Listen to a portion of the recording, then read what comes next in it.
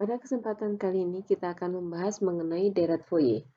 Banyak permasalahan penting yang melibatkan persamaan diferensial dapat diselesaikan asalkan fungsi yang diberikan dapat dinyatakan sebagai jumlah terhingga dari sinus dan kosinus, atau dikenal sebagai deret Fourier. Bab ini akan menjelaskan tentang deret Fourier. Deret Fourier dapat dianalogikan sebagai deret Taylor. Perhatikan deret semacam ini, Anda kenal dengan baik ya.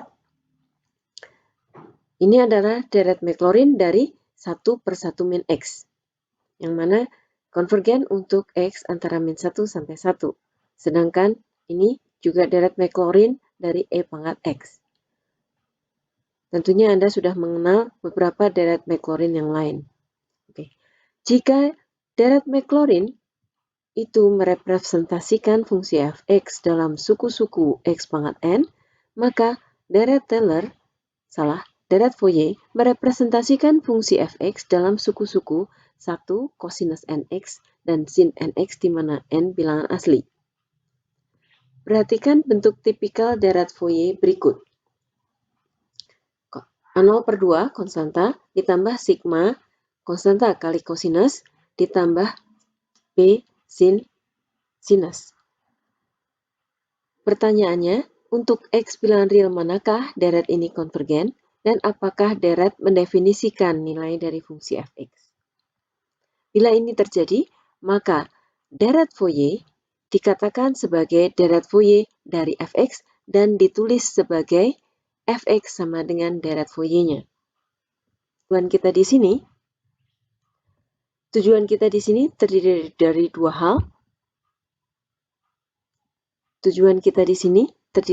hal. Menentukan deret Fourier dari suatu fungsi yang diberikan, serta membahas kekonvergenan deret Fourier tersebut. Selanjutnya kita akan mereview pengertian mengenai fungsi periodik. Suatu fungsi ft dikatakan periodik jika terdapat suatu bilangan positif p sehingga ft plus p sama dengan ft untuk setiap t bilangan real. Bila ini terjadi, maka p disebut periode dari fungsi f. Sebagai bentuk ilustrasi, kita miliki signal semacam ini. Kita lihat bahwa sinyal ini berulang setiap P. Maka, berdasarkan definisi, periode dari sinyal ini adalah P. Tetapi, kalau kita cermati lebih lanjut, sinyal ini juga berulang setiap 2P. Sehingga, kita bisa juga katakan bahwa periode dari sinyal ini adalah 2P. Atau 3P. Begitu seterusnya. Jadi, untuk fungsi yang diilustrasikan di sini, periodenya P, 2P, 3P, dan seterusnya. Dengan P adalah periode terkecil dari fungsi ft. Kemudian, mari kita pikirkan. Kosinus T berperiode 2pi. Kita semua sepakat? Lalu, sin 2T periodenya berapa? Kalau misalkan kita gambar fungsi sin 2T,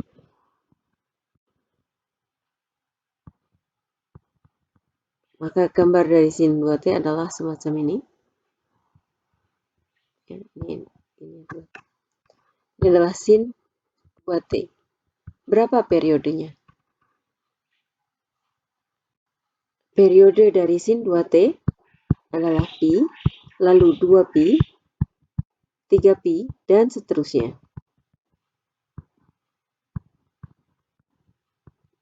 Dan pi adalah periode terkecil dari sin 2T.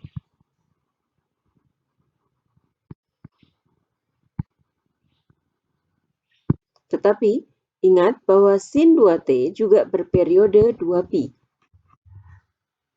Jadi, kita bisa sepakat di sini bahwa cos T, cos 2T, cos 3T, dan seterusnya, cosinus NT, begitu juga dengan sin T, sin 2T, dan seterusnya.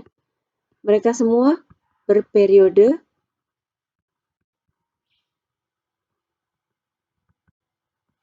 2pi. Jadi bukan periode terkecil yang diambil, tetapi kita sepakat bahwa himpunan fungsi-fungsi ini berperiode 2pi. Bagaimana dengan fungsi konstan? Apakah dia berperiode 2pi? Ya, fungsi konstan periodenya sembarang bilangan p. Jadi kita juga bisa katakan bahwa fungsi konstan berperiode 2pi juga. Selanjutnya kita akan membahas mengenai teorema keortogonalan fungsi sinus dan kosinus. Untuk M dan N bilangan bulat positif, maka integral min pi sampai pi kosinus mt kosinus nt dt sama dengan 0 jika M tidak sama dengan N, dan sama dengan pi jika M sama dengan N. Bagaimana ini bisa dibuktikan? Ya, ini dibuktikan dengan hitungan biasa. Min pi, Anda bisa memeriksa kebenaran teorema ini ya, dengan menghitung integral ini. Bagaimana menghitung integral ini? Ya, kita memakai rumus jumlah kosinus dan sinus. Ini sama dengan apa? Integral min pi sampai pi setengah kosinus M plus N T plus kosinus M min N T dt.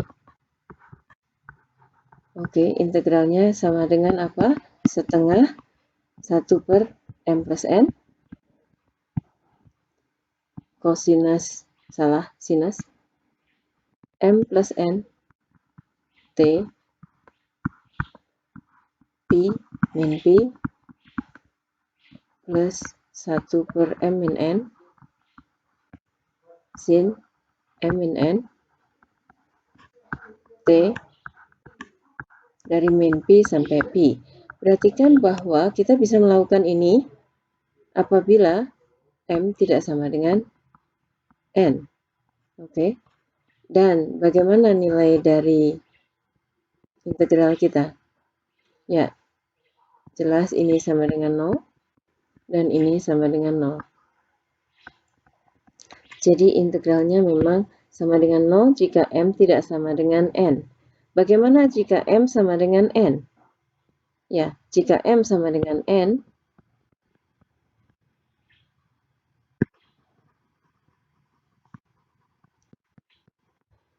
kasus M sama dengan N, maka integralnya menjadi kosinus MT, kosinus NT. Bagaimana integral ini? Sama dengan setengah dari integral min pi sampai pi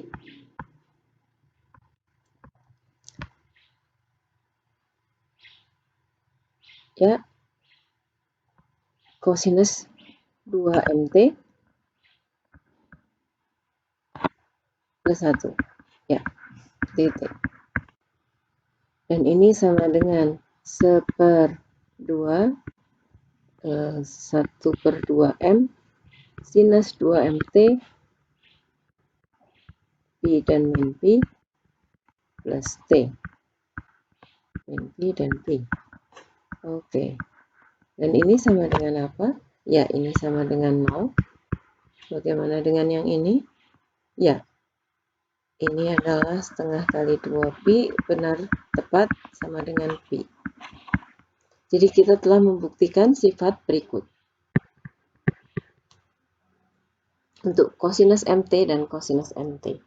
Selanjutnya, kita dapat buktikan dengan cara yang serupa bahwa integral sin mt dan sin nt akan sama dengan 0 jika m tidak sama dengan n, dan akan sama dengan pi jika m sama dengan n, dan integral antara integral dari sin mt cos nt akan sama dengan 0 untuk setiap n dan m dan n bilangan asli. Untuk setiap bilangan asli.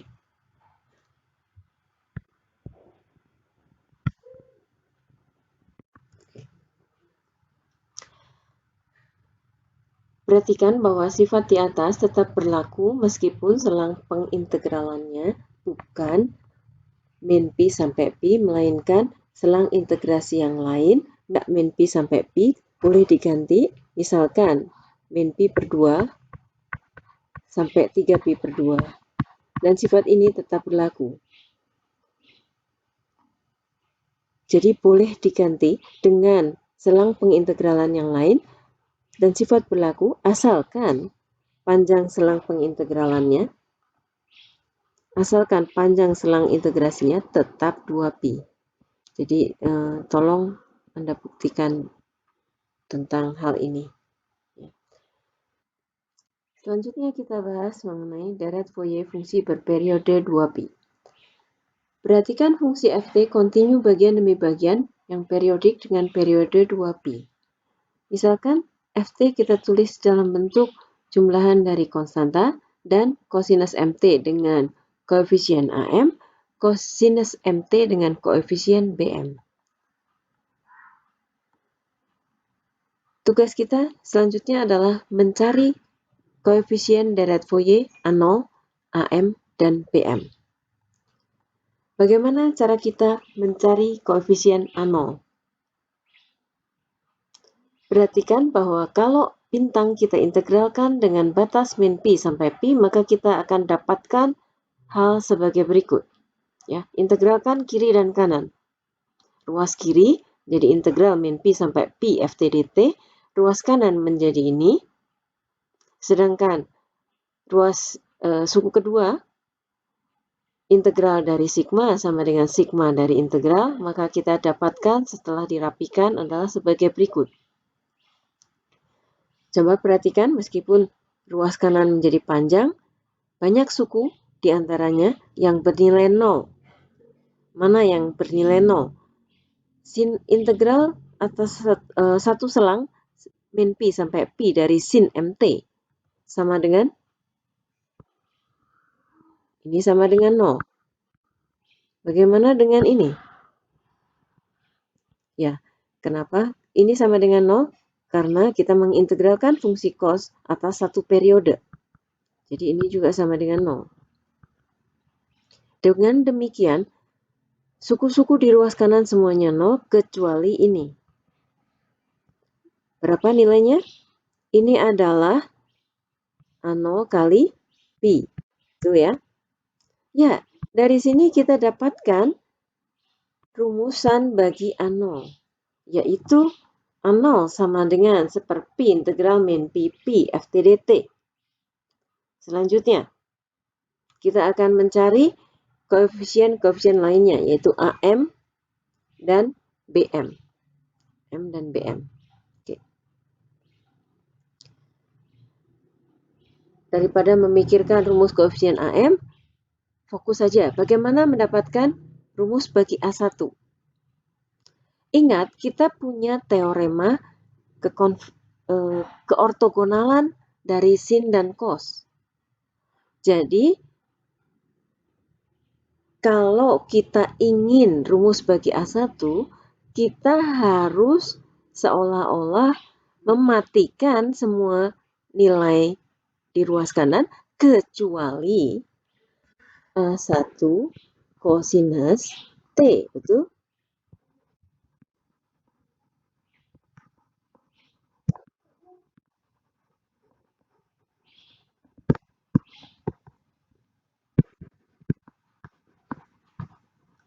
Jadi untuk suku-suku di ruas kanan bintang, untuk mendapatkan rumus bagi A1, maka kita harus mempertahankan suku A1 cos T, sedangkan suku lain dimatikan.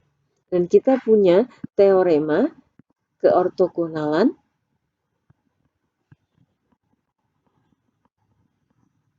sin dan cos.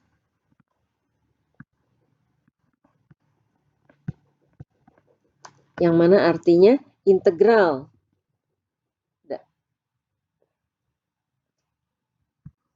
Oke, berarti kita harus kalikan bintang dengan apa? Kalau saya ingin mempertahankan suku A1, maka saya harus mengalikan dengan ya. Cosinus T. Coba perhatikan, kalau kita kalikan bintang dengan cos T, maka suku A0 per 2 cosinus T min pi sampai pi, ini ruas kanan dari bintang, plus sigma AM cosinus MT cosinus T integral dari min pi sampai pi plus BM sin MT cos T integral min pi sampai pi dt. Oke. M dari 1 sampai tahu nggak? Begitu. Ini 0. Ini sama dengan 0. Bagaimana dengan ini? 0 juga, ya kan? Karena sin dan cos itu selalu 0 integralnya berdasarkan teorema keortogonalan sin mt cos mt. Bagaimana dengan ini? Banyak suku-suku di sini juga 0. Ini sama dengan 0 kecuali saat M sama dengan 1. Pada saat M sama dengan 1, ini menjadi apa? Pada saat M sama dengan 1, suku M sama dengan 1 adalah A1 integral min pi sampai pi cosinus T kuadrat dt. Berapa nilainya? Ini nilainya adalah A1 kali pi berdasarkan teorema keortogonalan. Bisa juga Anda hitung, tapi kita punya teorema. Jadi, kita setelah mendapatkan rumus bagi A1, yaitu, maaf di sini ketimpa, jadi saya harus,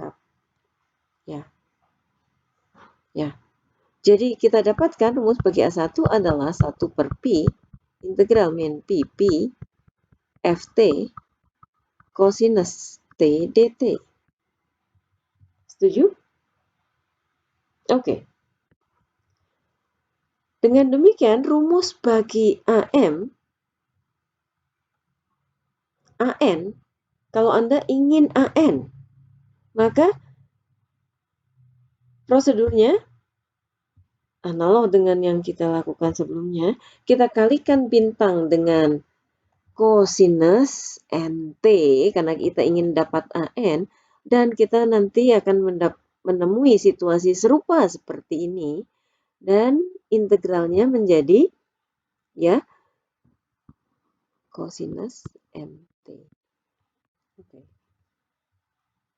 Dengan cara yang serupa, kita dapatkan rumus bagi koefisien Bn, yaitu sebagai berikut.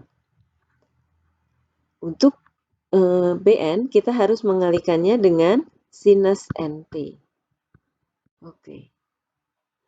Jika Anda kurang paham terkait hal ini, Anda bisa merujuk textbook atau diktat. Oke. Jadi kita telah dapatkan rumus koefisien deret Fourier fungsi berperiode 2pi berikut. Jadi, untuk fungsi ft berperiode 2pi, maka deret Fourier-nya adalah sebagai berikut. Konstanta A0 per 2 plus sigma AM cosinus MT plus BM sinus MT, di mana rumus koefisiennya adalah sebagai berikut. Ini mengakomodir yang tadi. A0 adalah integral ini, AM adalah integral ini, BM adalah integral ini. Ya, sekarang pada rumus ini saya memakai notasi AM dan juga bukan AN, bukannya AN, ya supaya untuk keseragaman notasi selanjutnya juga BM, ya. Oke. Mohon Anda bisa mengingat rumus koefisien deret Fourier ini dengan sebaik-baiknya. Contoh soal. Tentukan deret Fourier bagi fungsi berperiode 2pi berikut. Jadi, ft adalah bernilai 1 Fungsinya bernilai 1 saat T dari 0 sampai pi, dan bernilai min 1 untuk T dari 0 sampai min pi. Ya, semacam ini fungsi ft-nya. Suku A0-nya adalah, mari kita hitung, 1 per pi, integral min pi sampai pi, ft dt, dan ini tak lain adalah 1 per pi, dari min pi sampai 0 min dt, plus integral 0 sampai pi dt. Bagaimana nilai integralnya? 1 per pi, yang ini adalah T 0 sampai min pi, kemudian ini T pi sampai 0, dan ini tak lain adalah 0. Bagaimana dengan AN? Berdasarkan rumusnya, min pi sampai pi, ft cosinus nt sama dengan 1 per pi integral min pi sampai 0 min cosinus nt plus integral 0 pi cosinus nt, dan ini sama dengan, ya, Anda harus coba hitung, pastikan nilainya juga 0. Lalu untuk Bn, 1 per pi integral min pi sampai pi ft sin nt sama dengan 1 per pi integral min pi sampai 0 min sin nt plus integral 0 pi sin nt. Ya, Anda hitung selanjutnya, dan Anda harus dapatkan nilai ini untuk Bn.